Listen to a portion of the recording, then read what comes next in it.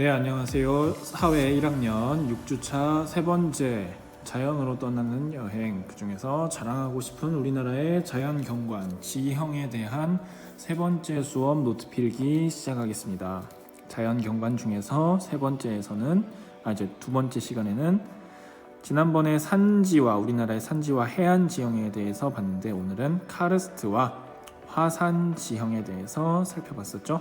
두 가지 지형에 대한 내용을 정리해 보겠습니다. 첫 번째, 바로 들어가서 우리나라의 카르스트 지형에 대해서 살펴보겠습니다. 카르스트라는 말은 석회암이 용식되어서 만들어진 여러 가지 지형들을 말하는데요.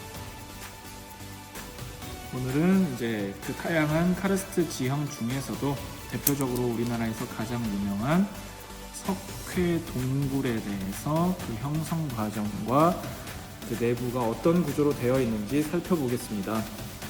먼저 분포를 보겠습니다. 1번, 석회 동굴은 이제 남한만 사례로 본다면 우리 강릉의 밑에 있는 남쪽에 있는 동해, 삼척, 그리고 영월, 평창, 또 충청북도의 단양까지에 이르는 그런 지역에 분포하고 있다는 것을 수업에서 확인할 수가 있었죠. 강원도 남부와 충청북도 지역에 카르스트 지형이 석회 동굴이 대표적으로 많이 분포하고 있다. 강원도에 이제 강원도,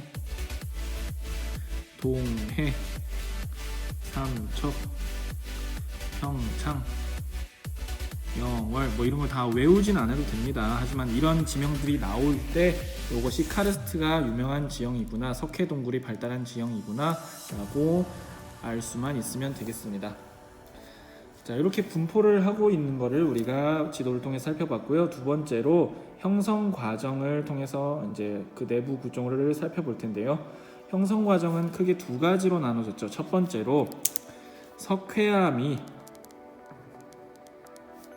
지하수에 용식되어서 석회 동굴이 만들어진다고 했는데, 이때 이 지하수는 그냥 물이 아니라 탄산이 녹아있는 탄산수라고 했죠. 이 지하수에 녹아서 형성된 석회 동굴,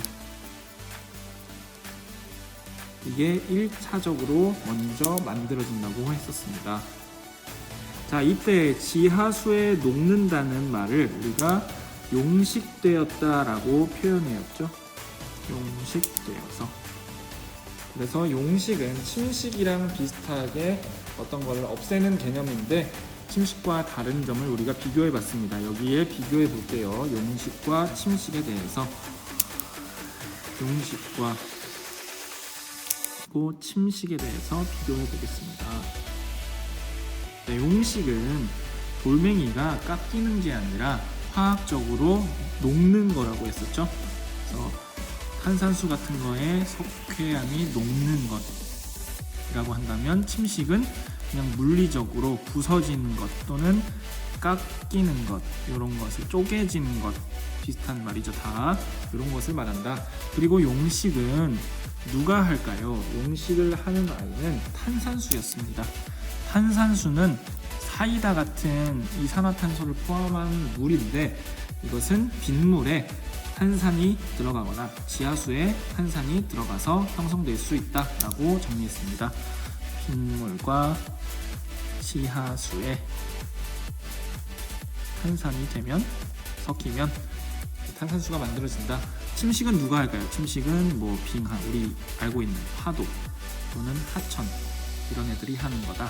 이렇게 해서 용식과 침식을 구분해 봤습니다. 그래서 용식되었다는 얘기를 이렇게 연결시켜서 확인해 주시고요. 1차적으로 석회 동굴이 형성되고, 그리고 두 번째로 이렇게 형성된 석회암이 녹아서 지하수의 물기를 따라서 석회암이 녹은 거죠. 그런 동굴 내부에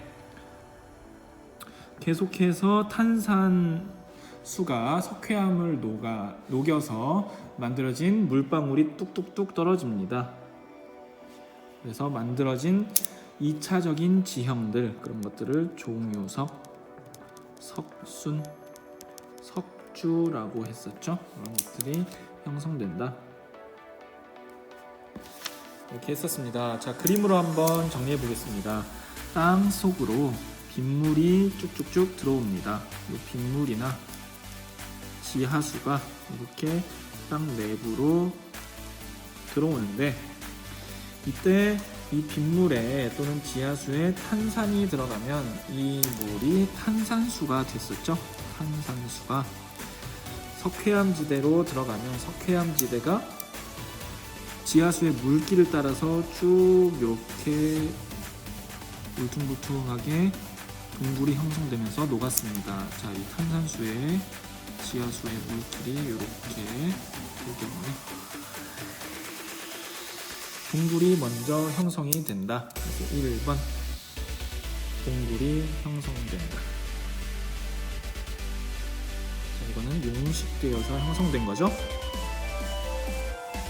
자, 그리고 아까 지금 여기 말 안 했는데 이 종유석과 석순, 석주는 물방울에 이제 탄산수가 석회암을 녹이고 그 녹인 석회암이 물 속에 포함되어 있고 그게 물방울 형태로 떨어지다가 이게 고이는 거잖아요. 그런 애들을 우리가 뭐라고 할까요? 얘네를 침전되었다라고 표현합니다. 그래서 침전, 얘네가 가라앉아서 형성된 거다, 이렇게 정리해 주시면 되겠습니다. 그래서 이 동굴 속에 2차적으로 형성된 종유석, 석순, 석주 이런 애들을 2차 지형이라고 한다. 종유석, 석순, 석주, 얘네는 침전되어서 물방울 속에 있던 석회암 성분이 가라앉아서 형성된 지형이죠. 그래서 이 1번 지형은 1차 지형이다 이렇게 얘기했었고, 2번은 2차로 형성된 지형이다 이렇게 구분을 했었습니다. 종유석과 석순, 석주를 좀 더 이제 구분을 해보자면, 천장에 고드름처럼 달리는 애가 이제 종유석, 그리고 바닥에 침전돼서 만들어진 요런 애가 석순, 그리고 두 개가 합쳐진 애가 석주, 이렇게 했었죠.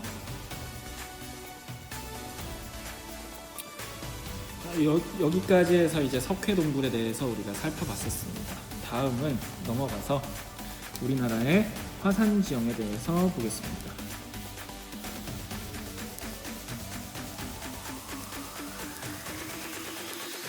우리나라의 화산지형은 대부분 화산섬의 형태로 나타나고 있었죠. 이거는 대부분 화산섬으로 섬이 있는 곳에 나타난다.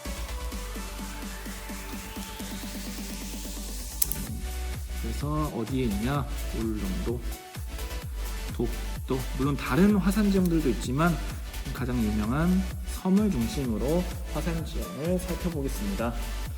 화산섬이라는 거 얘기했었죠. 물속에, 바다의 물속에, 땅속에서 이렇게 화산이 분출했는데, 이게 화산이 쌓이고 만들어진 이런 물 위로 드러난 섬, 이런 거를 화산섬이라고 한다. 용암이 굳어서 만들어집니다. 네, 구분했었고, 자, 다음 이런 화산섬을 이제 유명한 세 가지를 사례로 살펴볼 건데, 먼저 울릉도, 독도와 제주도가 좀 성질이 다르다고 했었습니다. 그래서 요거를 한번 나눠서 어떻게 다른지, 모양이 어떻게 다른지, 왜 다른지 살펴볼 텐데요. 울릉도와 독도는 용암이 굳어서 만들어진 화산섬은 똑같아요. 근데 얘네는 용암의 성질이 점성이 좀 이렇게 높은 슬라임 같은 녀석들이다 얘기했었죠. 점성이 높은 용암이 분출했고 얘네가 굳어서 만들어졌기 때문에 슬라임처럼 이 화산섬이 경사가 매우 가파른 그런 동글동글한 모습으로 나타났다. 자, 이렇게 얘기했었고요. 두 번째로 제주도 같은 경우는 크기는 훨씬 더 거대하지만 점성이 아주 낮은 흐물흐물한 녀석의 용암이 분출해가지고 얘는 쭉쭉쭉 물처럼 흘러가서 경사가 아주 완만한 그런 화산섬이 만들어졌다 라고 얘기를 했었습니다. 그래서 울릉도와 독도는 이렇게 물 위로 이런 모습이 나타나고, 제주도는 이렇게 원만한 모습으로 모양이 다르다고 얘기를 했었습니다. 그런데 우리 제주도와 울릉도 독도를 구분하고 나서 이 제주도라는 섬은 아주 화산 지형이 잘 나타나서 2007년에 세계 문화유산을 다루는 기구인 유네스코에 등재가 됐다고 했었죠. 유네스코에서도 세계 자연유산이라는 거에 등재가 되어서 많은 관광객들이 찾아오게 되었다, 유명해졌다 라고 얘기를 했었습니다. 그래서 두 번째로 우리나라의 화산 지형 중에 제주도를 조금 더 자세히 보면서 제주도의 화산 지형을 4가지로 살펴봤었습니다. 첫 번째는 제주도 사투리로 오름 또는 무슨 악이라는 지명이 들어간 것들. 자, 이런 것들은 제주도의 사투리, 방언이었죠. 정확한 용어는 뭐라고 했었나요? 큰 화산체의 측면에 있다 해서 측화산, 또는 큰 화산체에 기생한다고 해서 기생화산이라는 이름을 가진 녀석들이었습니다. 자, 제주도엔 이런 게 엄청나게 많다고 했었죠. 큰 화산에 사면의 경사에 형성되는 작은 화산을 말합니다. 자, 제주도에 몇 개가 있다? 엄청나게 많았죠? 360여 개가 있다.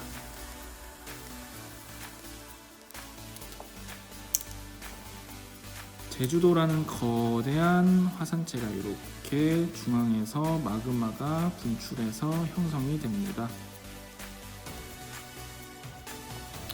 그런데 이 마그마가 중앙으로만 쭉쭉 나가는 것이 아니라 얘네가 이렇게 나가다가 격가지로 새는 경우가 있다고 했죠.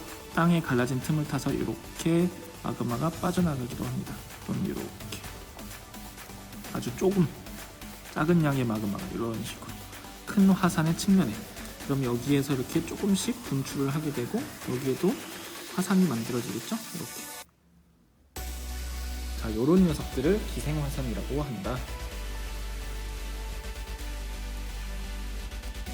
자, 이렇게 정리했습니다. 다음 두 번째, 주상절리. 주상절리는 제주도에서만 나타나는 것이 아니라 화산이 나타나는 곳이라면 모든 곳에서 다 나타나는 그런 지형인데요. 절리라는 건 갈라진 틈을 얘기했었죠. 우리 지난번에도 화강암 산지가 절리를 따라서 나머지 부분이 침식되고 그게 지표로 드러난 거라고 했는데, 갈라진 틈을 말하는 겁니다. 금간거 이런 거. 주상이라는 거는 기둥 모양이 이런 뜻이었죠. 주상절리, 아주 뜨거운, 용암은 뜨겁습니다. 뜨거운 용암이 갑자기 찬 공기나 차가운 바닷물이랑 딱 만나게 되면 급격하게 식으면서 갈라지게 됩니다. 근데 그 갈라진 모양이 표면을 봤을 때는 다각형 모양이고 옆에서 봤을 때는 기둥 형태로 쭉쭉쭉 갈라지게 된다. 자, 요런 화산 지형을 주상절리라고 한다. 얘기를 했었습니다. 주상절리라는 건 이렇게 다각형, 오각형 또는 육각형 또는 네모 요런 것들이 이렇게 기둥의 형태로 이렇게 분포를 하고 있는 거다. 이렇게. 자, 요런 애들이 주상절리였죠. 자, 얘 어떻게 형성됐었나요? 아주 뜨거운 용암이 여러 가지 모양으로 이렇게 생길 수가 있겠죠. 뜨거운 용암이 있는데, 그런데 이 용암 근처에 찬바람이 부는 지역이든지 또는 아주 차가운 바닷가 근처든지 해서 찬 공기나 찬 파도가 이 용암에 직접 닿게 되는 겁니다. 그러면 이 뜨거운 용암이 갑자기 급격하게 식으면서 갈라지게 돼요. 이렇게. 근데 이 갈라지는 모양이 기둥처럼 갈라진다는 겁니다. 식으면서 갈라지는데, 저게 갈라지는 모습을 봤더니 이렇게 겉에서부터 기둥 형태로 쭉쭉쭉 길게 파고 들어가면서 굳어버렸다는 겁니다. 이렇게 안쪽으로, 겉에서부터 안쪽으로 이렇게. 근데 이 겉에 있는 모양을 보니까 이렇게 이 부분이 입체적이다. 이 부분이 육각형이나 사각형, 오각형으로 나타나더라 라는 얘기입니다. 이 부분이 오육각형 또는 여러 개의 각이진 다각형 모양으로 나타난다. 그래서 이런 게 주상절리의 모습이구나 라고 얘기했었죠. 우리 얼굴 그리면서 그 복싱이나 이런 권투하는 선수가 살을 급격하게 운동할 때 빼려고 물도 안 먹고 이러다가 목이 마르면 목말라 하는 사람이 얼굴이 이렇게 갈라진다고 했었죠. 피부가 물을 못 먹으면 이렇게 할아버지 할머니들처럼 갈라지게 돼요. 이렇게 갈라지는 모습이 비슷하다. 갈증이 아주 심하면 피부가 갈라지는데 이런 것과 비슷한 걸로 생각을 해주면 된다 얘기를 했었습니다. 다음 세 번째 보겠습니다. 세 번째는 커다란 폭발이 일어난 화구, 그리고 거기에 물이 고인 화구호였죠. 용암이, 화산이 폭발하면 그 분출한 구멍은 커다랗게 폭발했기 때문에 산 꼭대기가 뾰족한 게 아니라 움푹 분화구가 생깁니다. 그런데 그 분화구에 오랜 시간 비가 오면서 물이 고이면 호수가 만들어지겠죠. 그것을 분화구라고 합니다. 화구호라고 합니다. 대표적으로 한라산의 백록담이 여기에 대표적인 사례가 되겠고요. 화구는 불의 구멍을 얘기합니다. 용암이 터지던 곳. 호는 호수를 얘기하는 거죠. 자, 그림을 그려볼까요? 자, 1차적으로 화산이 폭발합니다.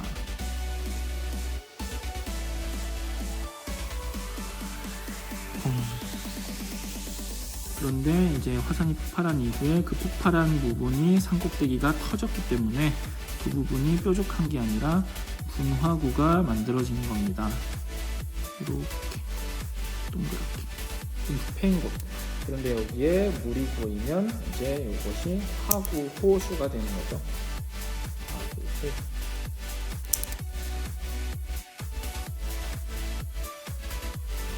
이렇게 패인 곳에 비가 와서 물이 이렇게 고였다. 이것을 화구라고 한다. 아이고, 그림이 안 보이죠? 네, 이렇게 됐습니다. 적어주시고요. 다음 마지막 네 번째, 용암 동굴에 대해서 정리해 보겠습니다.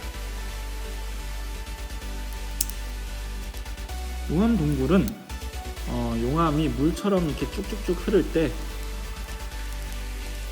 그 겉과 속의 온도차 때문에 만들어진다고 했었죠. 겉과 속의 온도차가 발생하고, 자, 이것이 식는 속도의 차이로 나타나서 겉부분이 먼저 딱딱하게 굳고 안에가 쭉쭉 밀고 가는 터널이 형성되면서 동굴이 만들어진다 라고 얘기를 했었습니다. 자, 이것도 그림으로 같이 그려봤었죠. 용암이 이렇게 만들어졌습니다. 용암이 흘러가는데 찬 공기를 만나거나 해서 이 겉부분이 굳기 시작하죠. 이렇게. 그러다가 용암이 더 쭉쭉 밀고 들어가면 길쭉하게 이렇게 밀고 들어가겠죠. 그러면은 이 겉부분이 먼저 온도가 낮은 부분과 접하기 때문에 껍데기처럼 이렇게 굳게 됩니다. 겉은 온도가 낮아서 굳는다. 속에 있는 용암, 온도가 높아서 계속 흐른다. 그러면 어떻게 될까요? 이게 더 쭉쭉쭉쭉쭉 밀고 나가면서 길어지겠죠, 터널이. 그래서 또 이렇게 더 길어진 이런 터널이 만들어지는데, 문제는 이 뒷부분에서 용암의 공급이 이제 끊어지면, 화산 활동이 끊어지면 용암이 쭉쭉 밀고 나가면서 굳어지다가 이제 용암이 고갈돼서 용암이 앞부분에만 이렇게 남아있게 됩니다. 그러면 이 뒤에 있는 남은 부분이 뭐가 돼요? 빈 공간이 되죠.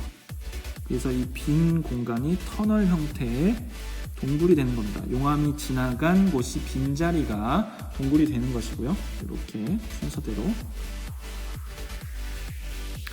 자, 그러면 이게 이제 점점 더 길어지면 이 나머지 부분의 용암도 더 밀고 갔다고 치면 이렇게 아주 뱀의 허물처럼 긴 껍데기가 이렇게 만들어지고, 이 부분이 이제 동굴로 남게 되는 거죠.